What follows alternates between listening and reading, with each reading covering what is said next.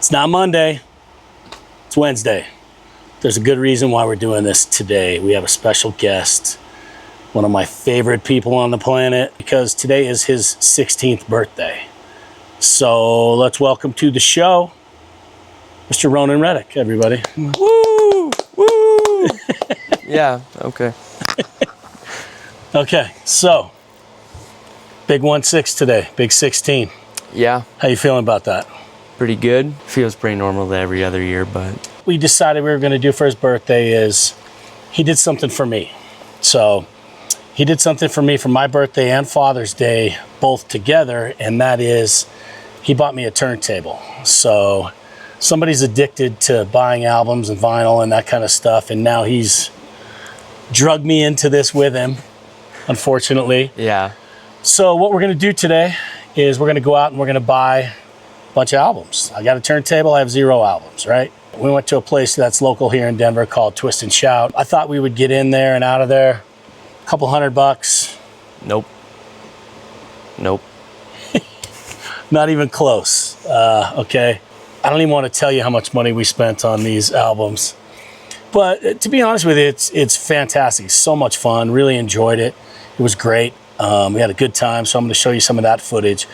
But one of the other pieces that we're going to do to this particular video is that we always have these arguments in the house. I mean, would you call them an argument? What would you call them? Yeah, no, they are definitely arguments. There's, I mean, you could argue that it's a debate, but Okay. So the debate, it's an argument. yeah, it's 100% an argument. Let's give you a little background on Ronan, okay? Ronan is a talented musician. He's at the School of Rock in Littleton, which is just an amazing program. Has amazing friends over there that he plays with all the time. And one of the things that he's done over this last 3 years is he's learned how to play pretty much every damn instrument that you guys have, right? Yeah.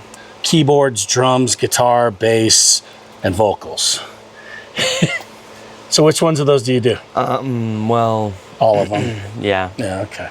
So that's all we need to say. It's been a little bit costly for us as parents to cover all these instruments, but it is what it is. Yeah. So during this time, he's found an incredible love for music, and he thinks he knows a lot about what happens with music, what the best bands are, best guitarists, best drummers, best albums.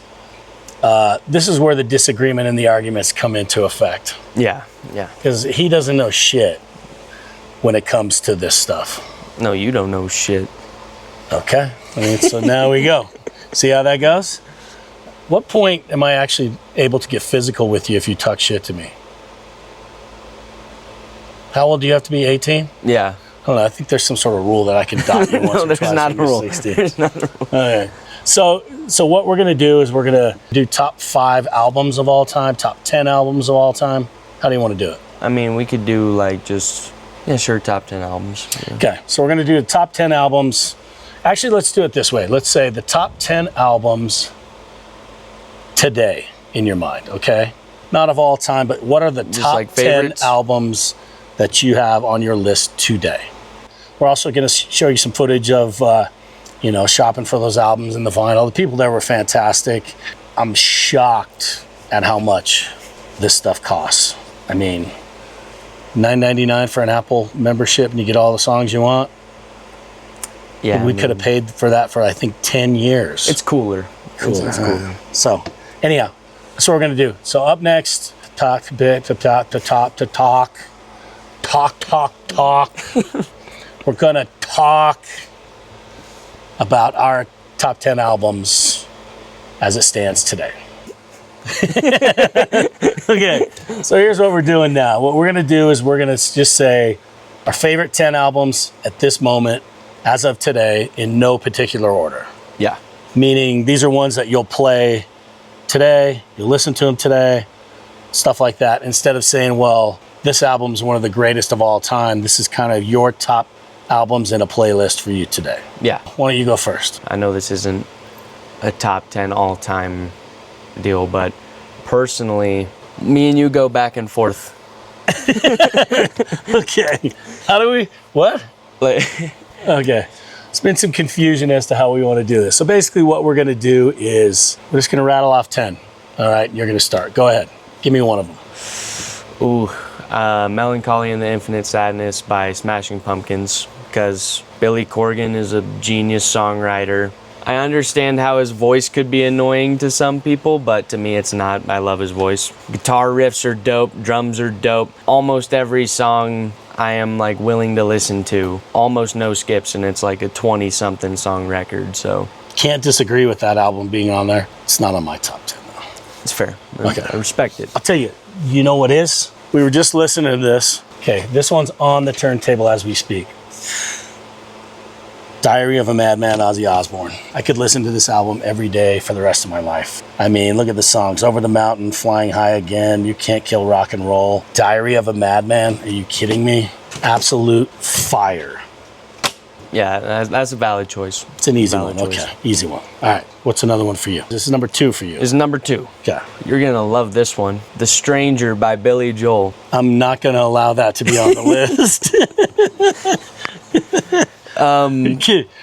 No. First time I heard that album entirely was like July of last year, because some friends on All Stars were putting me on to Billy Joel, so I'm like, okay, I'll check him out. Heard Moving Out, the riff, and I thought it was so sick. And that's also like a skipless album. Moving Out, Scenes from an Italian Restaurant, the title track, The Stranger, Only the Good Die Young. There's a lot of bangers. Vienna. I have no idea what that song is. It's a great song. So The Stranger. All right, so let's talk about something else real quick. When you talked about All Stars, in School of Rock, he has this opportunity to try out for something called All Stars, where they take the top 1% of all the kids around the world who are in the program, and then they send them off on tours. It's the most amazing program you've ever seen. School of Rock is fantastic for these guys, but the friendships that he built, you just can't compare what you guys got out of that, right? Yeah, I mean, So really, the reason I'm bringing this really up, quick. Get close really quick. the reason I'm bringing this up is you probably ought to give a shout out to Ethan. That's where the album came from. Yeah, Ethan, Andrew, and Adam. All those guys were Yep. down with it. Shout out to the boys. Yeah, Okay. We're just talking about albums today, right? yeah. Turnstile's new album, it dropped Friday. Is that correct? Was it like a week ago? Man, maybe longer than that. 2 weeks ago. Maybe a little, but It's a band called Turnstile. What would you call them? Would you call them punk? modern punk alternative. So that's another thing here. Metal, rock, country, pop, dance. Those are kind of the categories that I think Dance? about. Yeah, like, you know, dance club stuff, whatever that shit When the is. hell do you listen to dance club stuff? No, I don't. Oh. I thought you were saying you No, I do not. like you listen to Daft Punk, Dad? I'm saying those are the 5 or 6 genres that I think of. You come up with about a 45 different genres. So what would Turnstile fall under? I mean, they're pretty unique to anything else, but I'd say modern punk, kind of hard rock alternative. All right, so if you want to do yourself a favor, what you do is go to YouTube, pull up Turnstile Live, and just watch the shows that they have. They're absolutely insane. It's people running and jumping on the stage and running across and diving back into the crowd. It's complete chaos on stage is the way that I would explain it. But it's the most organized chaos you've ever seen because the band just stands in their spot and everybody whips through everywhere and just kills it. It's amazing. But anyhow, the album, the 2 albums that we have of theirs are fantastic.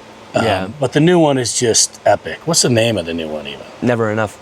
Never Enough, which is the first song on the album. Fantastic song. I would give it a shot. Turnstile, that's my number 2 currently. Number 3. What is number 3? Number 3 is Dark Side. Dark Side of the Moon.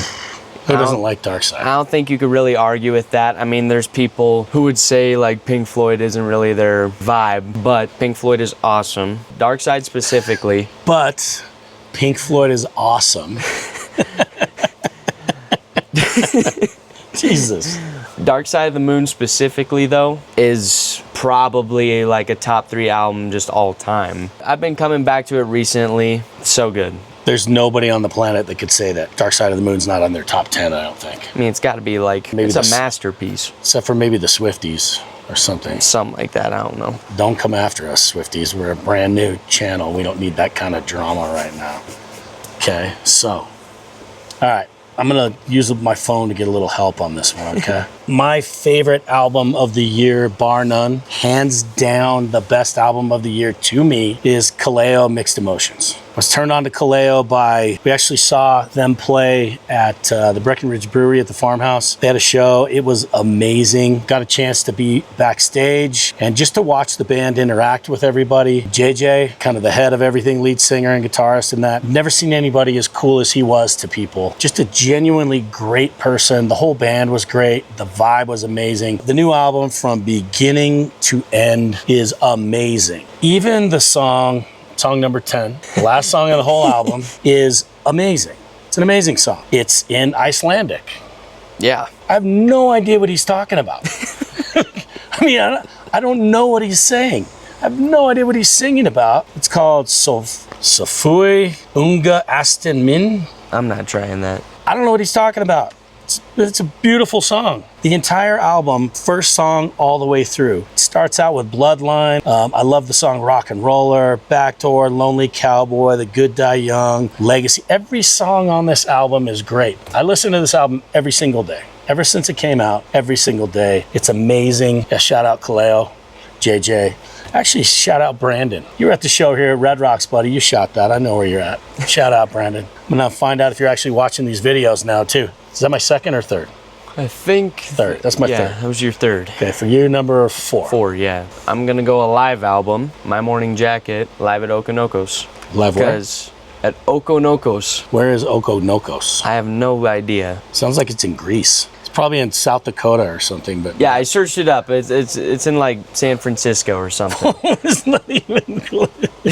This doesn't sound like San Francisco. But no, yeah, I got that one for my birthday. It sounds so good. The production on that album, for it being a live album, is incredible. There are so many great songs. One Big Holiday, Gideon, Wordless Chorus, It Beats For You, I Will Sing You songs. It just has like so many amazing songs. I don't know how to word it. All right. It's now magical. Who do you give a shout out to because of My Morning Jacket? I'm gonna have to say my director, Shane. Every time Shane picks songs for you guys, I'm always like, who the hell is he choosing for that? And the songs are always amazing. Every single time, Shane, you hear it. It's on video right now. Every song you're choosing is amazing, except for maybe the Zappa stuff. You guys played that at Summerfest last year. Great band that we were turned on to because of what you do with your music stuff. Number 4? Yeah. Pearl Jam 10. That album, another one I could listen to every single day. That very well could be my number 1 album of all time.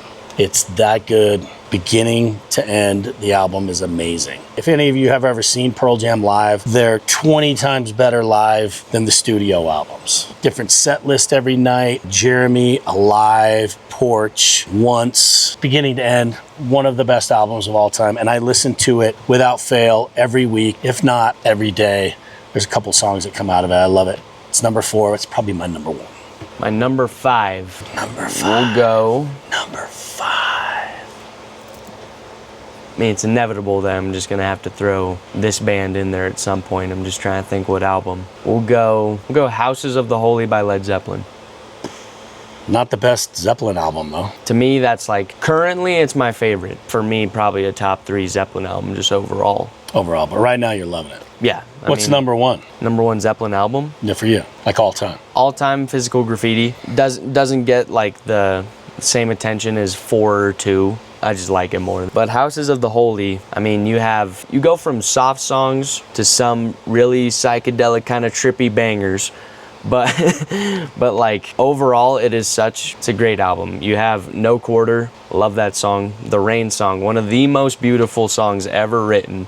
How long is No Quarter? Like 25 minutes long or something? Oh, I mean, I think there's probably a live version that's like that long, but yeah. Studio like 8 maybe. Something like that. I mean, you have classics like Over the Hills and Far Away. The Ocean. I mean, one of the first songs I ever learned on drums.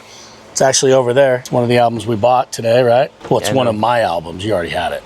Do you have every Zeppelin album? I almost have every Zeppelin album. What are you missing? In Through the Outdoor? Mm-hmm.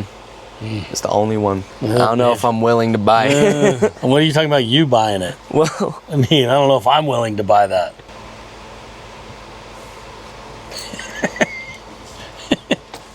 Number 5 for me. Falling in Reverse, Popular Monster. Easy for me. I've listened to that album a ton of times. He absolutely cannot get enough of Falling in Reverse. He hates them. I don't know if you hate them. I mean, the music. Music. Jesus. I don't know if you hate them. The music. Okay. We've had our fair share of discussions on this. I think it's a great album. I know my buddy Talon thinks it's a great album. He told me. For real? For real. He loves it too. Every song on there, Popular Monster, Ronald, go all the way through. It's a heavy hitting album. But I also just think Ronnie Radke is one of the funniest people that I've ever seen. And you want a really good follow on social media, follow him, because he pulls no punches. People talk shit to him. He talks shit back. It's fantastic. It's one of my favorite follows, on one of the few people that I actually look for notifications from, because his stuff's so hilarious. Keep it up, Ronnie. Okay, number 6. I'd say currently, just because of new discovery and recency bias. For my 5th album, I'll probably say Petro-Dragonic Apocalypse. I'm sorry, it's kind of hard to say, by King Gizzard and the Lizard Wizard. I just discovered that album because I've heard some of the metal stuff by King Gizzard before, like Infest the Rat's Nest, which that's also a great album. This new album from like 2 years ago, it's so good. The riffs are dope. I love the kind of gritty style of vocals because it's not amazing vocals, but they're just like, it's just fun. It's fun music. Gila Monster, Witchcraft, Supercell, Dragon. There's bangers. There's bangers. I've heard like 2 songs. What I heard, though, I liked. I just haven't put the time into it yet. Number 6. I'm saying this because this is true. I'm not trying to hype anybody up, but there's a band called Fuzzface. You know the guys well. Mm-hmm. So the kids in Fuzzface, I shouldn't even call them kids or adults. I mean, they're all in college and whatnot. They played in the program School of Rock with you, but they've written their own songs, their own music, and it's fantastic. And one of the songs that just came out called Scotty's Basement. I don't know if you can even see that. So Fuzzface, and it's called Scotty's Basement.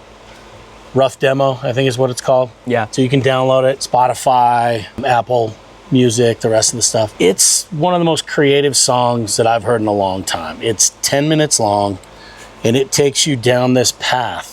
So it's not even really an album, it's just a song. It's a song that's 10 minutes long that takes you down this path of so many different styles of music through that 10 minutes. There's a circusy vibe in the middle of it. Was that what you'd call it? Yeah, I'd probably say, I mean, yeah. It starts out, it's got a jam band vibe to it. It's got a Zappa vibe to it. It's got some ripping guitar solos throughout.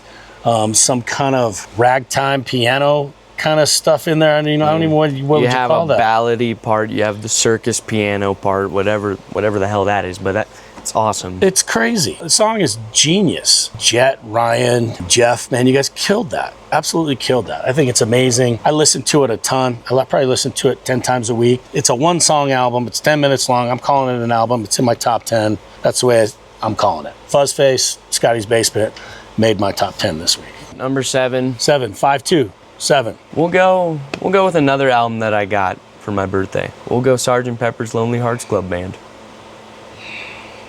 Iconic. One word to describe it. Never been a fan. Genius. It's going a bit far. The first side of that album is like a greatest hits record. It's insane. You started off Sgt. Pepper's Lonely Hearts Club Band, right? You started off with that, then with a little help from my friends, which is honestly, that's a pretty great song. Lucy in the Sky with Diamonds, love that song. Overall, it's just a very well put together album. Songs transition so smoothly. I can't get enough of it recently because I used to think it was pretty overrated as an album, but now I can kind of get behind why it's so universally loved. I hate it. Well, yeah. So you want to talk about the arguments that we're talking about? This is a big argument. The Beatles argument is a huge one in our house. Yeah. You think they're one of the greatest bands of all time? They are the greatest band of all time. They are the most greatest overrated band of all time. You don't get it, though. What do I have to get? They're so important. How? Why? They were, like, so influential. I'd probably be willing to say, like, 80% of the artists that are out, like, now. I mean... I bet you Pearl Jam was inspired by the Beatles. Nah, it was The Who. But the Who was inspired by the Beatles? No, they weren't. Probably. They were by the Stones. Anyways, So you want to talk about an argument?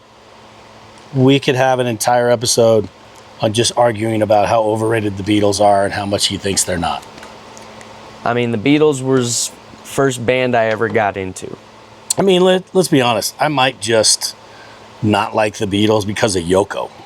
I mean, that's fair, but she's not a Beatle. Someone forgot to tell her that. Well, Lennon's a Didn't nut she job. break out her song lyrics and in writing stuff down? And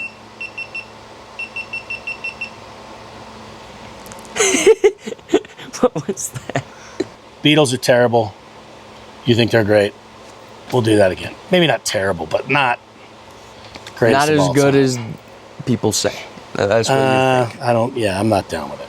Okay, number 7 for me is a band called the Mars Volta, and the name of the album is Deloused. Deloused in the Comatorium. I would love to know where that name came from and what they were doing when that name came up, but the album is amazing, and some of the most hard-hitting drums that you're ever going to hear on any album. Another shout out, Shane. Shane turned me on to this band because he gave you guys some songs from them. These guys play a song called Roulette Dares that is bonkers, and it's absolutely insane. And that album has just made its way into my playing every couple of days, and the album from beginning to end is amazing. It's a band that I didn't pay attention to till a few months ago, but the album is I just can't even tell you enough. It's insane. Deloused in the Comatorium. Deloused in the Comatorium. Yeah. What is a Comatorium? Let's do it. Hey Siri, what's a comatorium? We'll go chat GPT. Apparently it's only like something with the Wikipedia. Like, What is a Comatorium? Okay. So ChatGPT gave us this. We asked it, what is a comatorium? A comatorium isn't a standard word you'll find in most dictionaries. Okay, but it has a couple of known uses depending upon the context. Number 1, musical pop culture use. Most famously, Deloused in the Comatorium is the title of the 2003 debut album by the Mars Volta. So basically they made it up. A little bit further about the album while we're at it. It says here, the album tells a story of a character named Carpentaxt, who enters a coma after a suicide attempt, journeys through a psychedelic inner world, then wakes up and ultimately ends his life. Wow. it's about one of their former bandmates. The Comatorium is a story of metaphorical space, kind of limbo or purgatory of the mind. So it's about somebody who committed suicide? Mm-hmm. One of their former bandmates. That sucks. All right. But it's a great album. Amazing album. And I'm just going to say that word, one more, Comatorium. Comatorium. I'm just going to tell everybody. In fact, Deloused. just to make it fun, wherever you are after you see this, just use that word talking to somebody and see if they call you on it. Hey, you hit up the Comatorium last weekend? Oh, Comatorium was fire. Number 8 will go Asia by Steely Dan.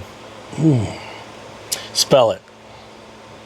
A-J-A. That's a little secret for you. You want to know how I know that? It's because I looked at the album the other day. Amazing album. What's the best song? I'm a big fan of Home at Last.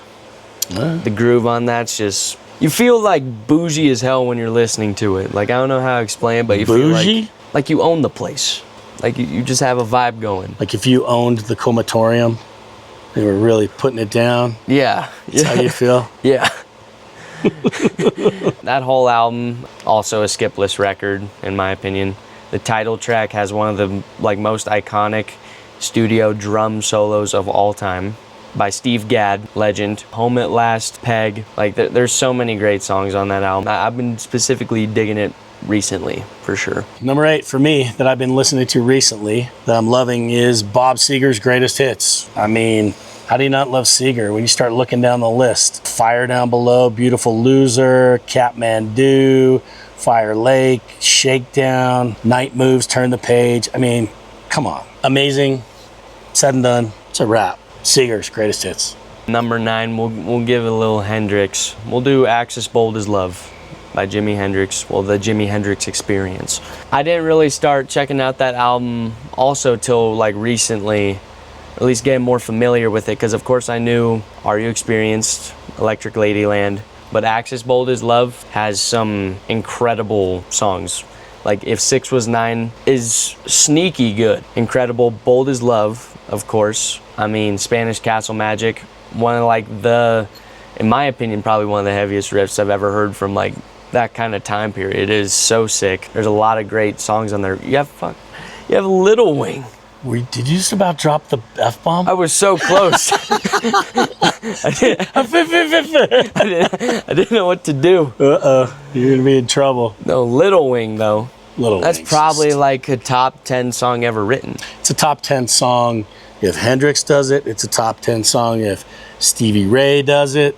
I mean, anybody that's done that song's amazing. Another song that you're doing in School of Rock this quarter. So number 9 for me. Yep. Check. Number 9. Number 9 for me. It's on my top 10 list all time. And I've listened to it a lot lately. It's just absolutely amazing. It's The Cure, Disintegration. I mean, you look at it, the songs on here, Pictures of You, Love Song, Lullaby, Fascination Street, absolutely insane. I think it's one of those albums you could put on and just listen to it and let it run. It's a no skipper, as you would say. No skipper. No skipper, and just let it play. The album, it's on my top 10 all-time list. Absolutely love The Cure. And it never gets old. It always hits. And so for me, The Cure, Disintegration. Yeah. Okay? I would agree with that. So you got one more. Can you make it through the 10?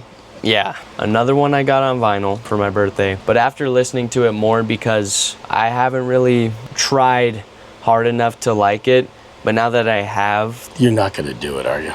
You really going to say this one? If you say what I think you're going to say, we're just going to end it right there. All right, what is it? At the moment, currently, Unknown Pleasures by Joy Division. Okay.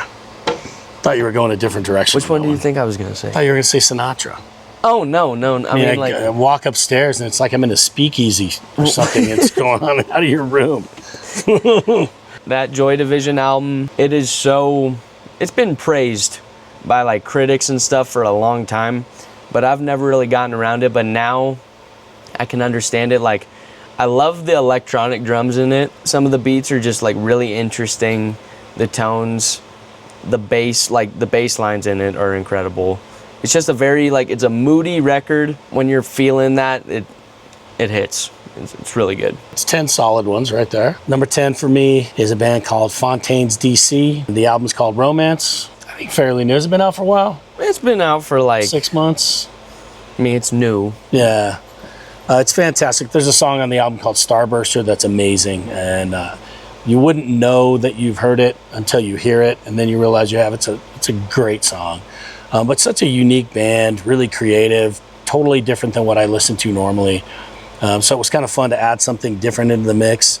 And it was also the theme song for a show on, I think, Paramount called Mobland. It's a great song. Anyhow, the album's fantastic. I do have to admit, though, you went and saw them with Arctic Monkeys, and you showed me some videos of the guys, and I just was shitting all over them with these crazy bell-bottom Adidas sweatpants, and I was just having fun with it, thinking, wow, I can't even imagine what this sounds like. And what it sounds like is they're amazing. Super creative guys. Loved it. Loved the album. Listened to it all the time. It's been on my list now for probably about 3 months, I guess. I've been listening to pretty consistent. So that's it. There's my 10. Yeah. 10 for now. If any of you guys want to fire something in the comments, put it in there. Give us some ideas if you want us to listen to something. Yeah, that's what I want to do. I want to hear. Not you, Shane. You're not allowed to go in the comments. Anyhow, that'll be it for today. Thought we'd do something different, have a little bit of fun with it, have my man with me today. Because, you know, he's 16 now. I've got a designated driver. Pretty hyped about that. You don't actually have your license for another few weeks. Have you had a good birthday? Yeah. Solid birthday? A great birthday. Does it feel great being 16? I mean, yeah. It's kind of a big one. I love this kid. He's a great kid, good human. Obviously did not come from me. Well, thank his mother for that, because she's given him all the nice qualities. He's got a few of my nasty ones, but not too many, so he's all right. Anyhow, that's it. That's all we got this week. Next Monday, I already have some things in the works of what'll happen for you guys, so I guess that's all I got. All right? All right, later. Peace.